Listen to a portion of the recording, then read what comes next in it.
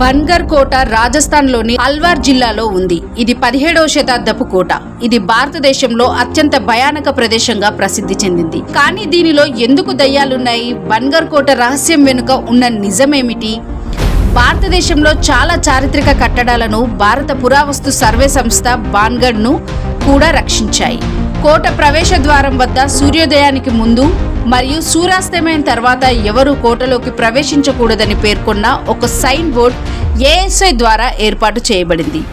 బాన్గర్ కోట భయానకంగా ఉందని, దాని వెనుక 2 పౌరాణిక కథలు ఉన్నాయని చాలామంది అన్నారు. కానీ బాన్గర్ కోటలోకి సూర్యాస్తమయం తర్వాత ప్రవేశం లేదు అనే దానికి అసలు కారణం దయ్యాలు కనిపించడం వల్లనా, లేక అది కేవలం కల్పిత కథనా? దాని గురించి మరొక నిజమైన మరియు తార్కిక కారణం ఉందా? కాబట్టి తెలుసుకుందాం. అందరి చెవులను ఆకట్టుకున్న 2 కథలు ఉన్నాయి. ఒకే కథకు చాలా వెర్షన్లు ఉన్నాయి మరియు కథలు నిజమో కాదో ఇప్పటికీ రుజువు లేదు. ఈ ప్రదేశంలో ధ్యానం చేసే సన్యాసి గురుబాలునాథ్ నుండి తగిన అనుమతి పొందిన తర్వాత మాధవ్ సింగ్ రాజు బంగార్ నగరాన్ని నిర్మించాడు. అతను అంగీకరించాడు, కానీ ఒక షరతుపై: చక్రవర్తి రాజభవనం యొక్క నీడ తన నిషేధిత తిరోగమనంలో తనను ఎప్పుడు తాకకూడదు. నీడ తన స్థలాన్ని తాకిన రోజు నగరం శిథిలావస్థకు చేరుకుంటుంది. చక్రవర్తి కోట నిర్మాణాన్ని ప్రారంభించాడు.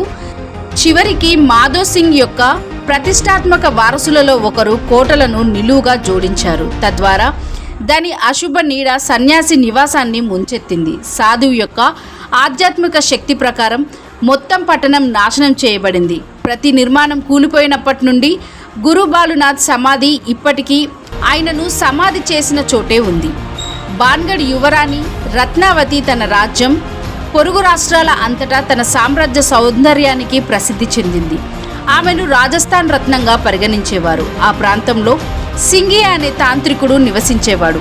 అతను యువరాణిని ప్రేమిస్తున్నాడు, కానీ ఈ మ్యాచ్ సాధ్యం కాదని అతనికి తెలుసు. ఒకరోజు సింగియా మార్కెట్లో యువరాణిని చూసి యువరాణి కొనుగోలు చేస్తున్న నూనెపై మాయాజాలం ఉపయోగించాలని అనుకున్నాడు. తద్వారా నూనెను తాకిన తర్వాత యువరాణి మాంత్రికుడికి లొంగిపోతుంది. అయితే యువరాణి నూనెను మంత్రముగ్ధులను చేస్తున్నప్పుడు సంగీయ తాంత్రికుడిని చూసేసింది.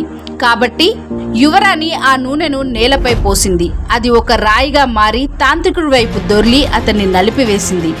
మాంత్రికుడు తుదిశ్వాస విడిచే ముందు ఎవరికీ వారి తలలపై పైకప్పు ఉండకూడదని అతను శపించాడు. అందుకే అక్కడ ఇళ్లకు లేదా దుకాణాలకు పైకప్పు లేదని, అవి నిర్మించబడినా కూడా రాత్రి సమయంలో పడిపోయే సందర్భాలున్నాయి.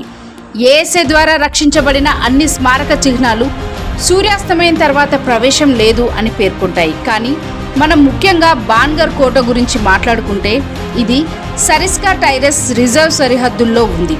అందువల్ల పాంథర్స్ మరియు చిరుత పులులు, అడవి జంతువులు తిరుగుతాయి. కాబట్టి సూర్యాస్తమయం తర్వాత కోటలోకి ప్రవేశించడం పరిమితం చేయబడింది. చాలా మంది స్థానికులు మరియు పర్యాటకులు అడవి జంతువులను ఎదుర్కొన్నారు. ఎవరు అనుభవించే పారానార్మల్ కార్యకలాపాల గురించి అలాంటి నిజం లేదు.